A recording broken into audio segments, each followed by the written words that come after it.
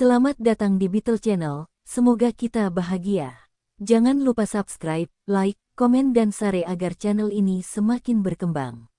Terima kasih. Novel Kekuasaan dan Kekayaan. Bab 174. Saudari Xie, maafkan aku karena kamu harus menjemputku. Dong Suebing merasa sudah waktunya dia membeli mobil. Tidak perlu berdiri di upacara. Berhentilah memperlakukanku seperti atasanmu. Xie Huilan mengenakan jas hitam. Dia tersenyum dan memainkan CD klasik. Oke, kencangkan sabuk pengaman Anda. Villa Xishan. Tempat ini juga dikenal sebagai Taman Kekaisaran. Itu berada di samping beberapa gunung dan memiliki pemandangan yang indah.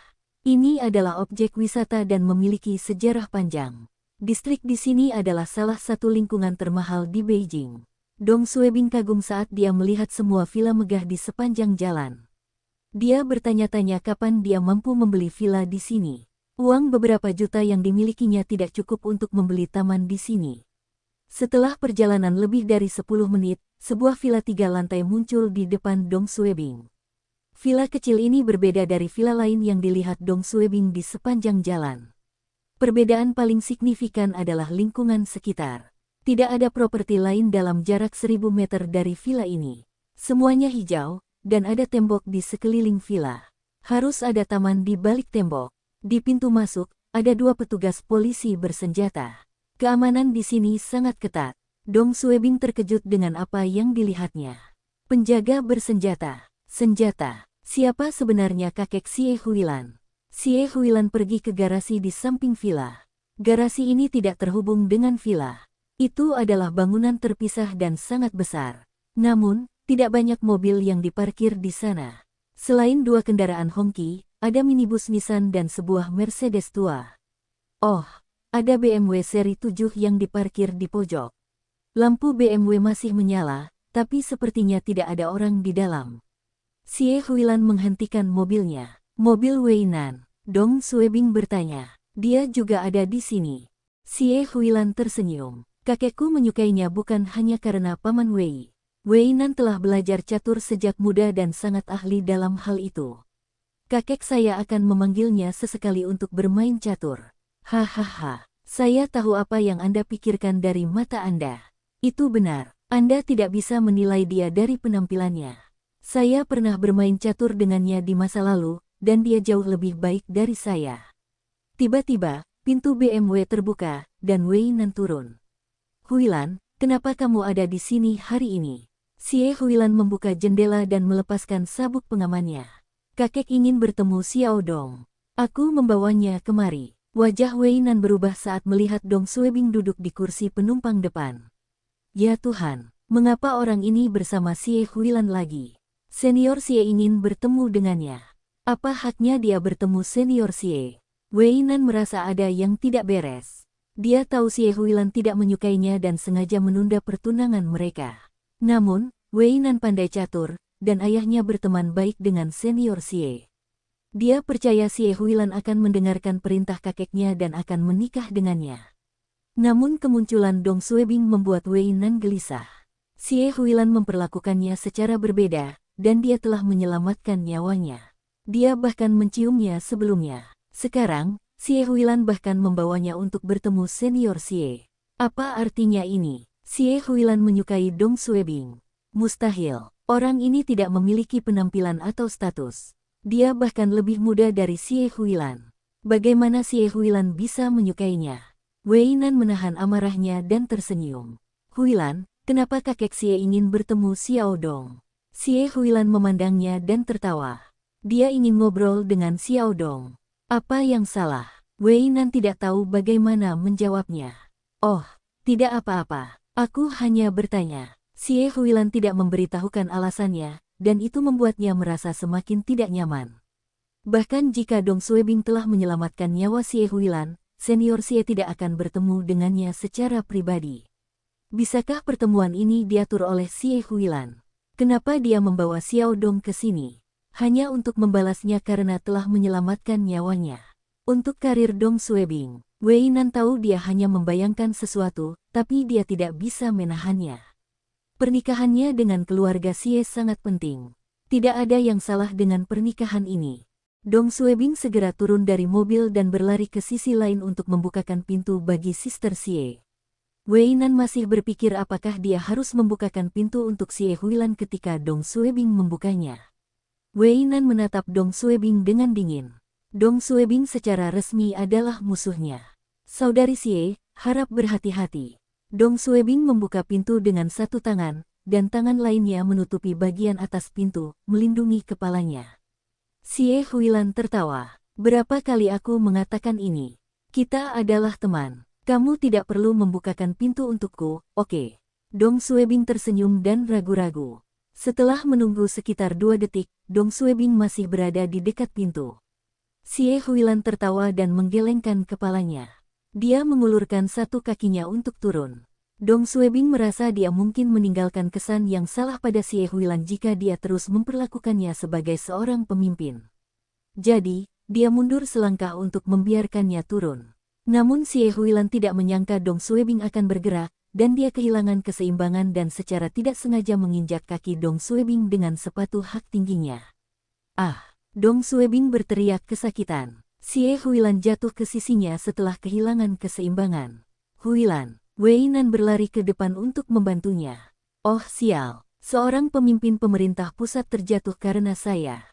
Aku akan mendapat masalah besar. Dong Suebing berada tepat di samping Xie Huilan dan dengan cepat membungkuk ke depan untuk menggendongnya, meskipun kakinya sakit. Ketika Xie Huilan hampir mencapai satu lengan setelah menyentuh tanah, Dong Suebing berhasil melingkarkan satu tangan di lehernya dan tangan lainnya di sekitar pantatnya untuk menggendongnya. Namun momentum Xie Huilan saat terjatuh terlalu kuat, dan lutut Dong Suebing menyentuh lantai. Dia mengertakkan gigi dan bertanya, "Saudari Xie, kamu baik-baik saja? Ini salahku karena membuatmu terjatuh." Xie Huilan berada dalam pelukan Dong Suebing, dan dia tersenyum. Melihat, berhentilah membukakan pintu untukku di masa depan. Haha, Dong Suebing kagum dengan betapa tenangnya dia. Dia ingat salah satu lengannya masih melingkari area pantatnya dan dengan cepat memindahkannya ke kakinya sebelum membantunya berdiri kembali. Namun saat Xie Huilan dan Dong Suebing berdiri, Wei Nan bergegas maju dan menendang kaki Dong Suebing. Menjauh dari Huilan, Dong Suebing tidak menyangka Wei Nan akan memukulnya secara tiba-tiba dan tidak siap. Dia berteriak kesakitan dan jatuh ke tanah. Xie Huilan tertegun sejenak dan memarahi. Wei Nan, apa yang sedang kamu lakukan? Dong Suebing berkeringat banyak karena kesakitan. Kakinya sepertinya patah akibat tendangan Wei Nan. Xie Huilan berjongkok dan menopang kepala Dong Suebing dengan satu tangan. Xiao Dong, kamu tidak apa-apa. Melihat Dong Suebing meringis kesakitan, dia berbalik dan menatap Wei Nan. Apa sih yang kamu lakukan? Wei Nan sangat membenci Dong Suebing. Kencannya dengan Xie Huilan diganggu oleh Dong Suebing, dan dia bahkan menciumnya sebelumnya. Kini, Dong Suebing bahkan meletakkan tangannya di pantat Xie Huilan. Dia tidak tahan lagi. Tunangannya sedang berbaring di pelukan pria lain, dan dia masih bercanda dengan pria itu. Pria mana yang bisa menoleransi hal ini? Wei Nan hampir kehilangan akal sehatnya saat Xie Huilan memarahinya karena menendang Dong Suebing sekarang. Dong Suebing belum pernah mengalami rasa sakit seperti itu sepanjang hidupnya. Dia tidak bisa menggerakkan kakinya, dan kakinya pasti patah. Persetan denganmu, saya masih belum menyelesaikan skor rumah lelang dengan Anda. Sekarang kamu bahkan berani menendangku. Anda berani menendang saya di depan Sister Xie. Dong Suebing sangat marah.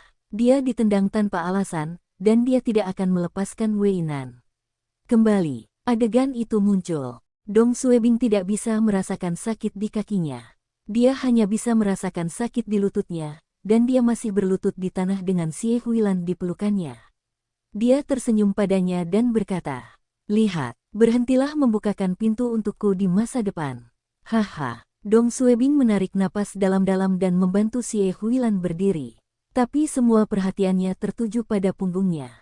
Tata itu adalah suara langkah kaki berlari menuju Dong Suebing dari punggungnya. Dong Suebing menghitung waktu ketika dia ditendang sebelumnya dan tiba-tiba pindah selangkah ke sisinya. Menjauh dari Huilan. Astaga, tendangan Wei Nan nyaris mengenai kaki Dong Suebing. Wei Nan terkejut melihat Dong Suebing menghindari tendangannya dengan punggung menempel padanya. Wajah Xie Huilan berubah dan berteriak, "Wei Nan, Apa yang sedang kamu lakukan? Setelah menghindari serangan diam-diam Wei Nan, Dong Suebing tidak akan melepaskannya begitu saja. Wei Nan kehilangan keseimbangan setelah tendangan itu, dan Dong Suebing mengepalkan tinjunya dan meninju sisi kanan wajahnya. Sial, serangan diam-diam, pergi ke neraka, bang. Dong Suebing tidak menahan pukulan ini. Dia telah menggunakan seluruh kekuatannya. Wei Nan terjatuh ke pintu Audi karena benturan. Xie Huilan meraih lengan Dong Suebing untuk menghentikannya. Xiao Dong, Dong Suebing masih ingin memukul Wei Nan, tapi dia harus mendengarkan Suster Xie. Dia berdiri di sana, terengah-engah. Saudari Xie, kamu juga melihatnya. Bukan saya yang memulainya. Dia terlalu hina untuk mencoba serangan diam-diam dari punggungku. Anda melihat kekuatan tendangan itu. Jika saya tidak bereaksi tepat waktu, kaki saya akan patah. Dong Suebing menatap Wei Nan, yang menutupi wajahnya kesakitan. Apa sih yang salah dengan Anda? Saya tidak menyinggung perasaan Anda. Mengapa kamu mencoba memukulku? Apa kamu marah? Wei Nan bangkit dan bergegas menuju Dong Suebing. Pergi ke neraka. Xie Huilan dengan cepat melangkah ke depan Dong Suebing. Wei Nan, apa yang sedang Anda coba lakukan? Berhenti. Wei Nan kehilangan akal saat melihat tunangannya membantu pria lain. Dia memanfaatkanmu, dan kamu masih memihaknya. Dia memukulku, dan kamu melindunginya. Ah, siapa tunanganmu? Dong Suebing berteriak, persetan denganmu. Kaulah yang mencoba menendangku lebih dulu. Anda pikir Anda benar. Xie Huilan menjawab dengan dingin. Xiao Dong membantu menghentikan kejatuhanku. Bagaimana Anda bisa mencoba menghajarnya? Ah, kamu pikir kamu siapa? Siapa yang memberi Anda wewenang untuk memukul orang lain? Xiao Dong adalah penyelamatku. Dia adalah tamuku. Anda terlalu tidak masuk akal, dan saya sangat kecewa dengan Anda. Tunangan, jangan pernah memanggilku seperti ini lagi. Aku akan memberitahumu sekarang. Aku tidak akan pernah menjadi tunanganmu. Wajah Wei Nan menjadi pucat. Huilan, Anda mengatakan ini karena orang luar. Xie Huilan memandangnya. Orang luar. Xiao Dong mempertaruhkan nyawanya untuk menyelamatkanku. Ketika semua orang mengira saya sudah mati, hanya dialah satu-satunya yang tidak menyerah dan terus melakukan CPR pada saya. Saya masih hidup karena dia. Anda memiliki latar belakang keluarga yang baik dan dekat dengan kakek saya. Anda pikir Anda bisa memperlakukan penyelamat saya seperti ini? Orang luar, biarkan aku memberitahumu sekarang. Aku lebih dekat dengan Xiao Dong daripada bersamamu. Kamu adalah orang luar di mataku. Kalian berdua lebih dekat, dan aku orang luar. Wei Nan tertawa tak percaya. Bagus. Dia berbalik dan berjalan pergi. Dong Suebing tidak menyangka Xie Huilan akan mengatakan hal itu. Dia merasa baik di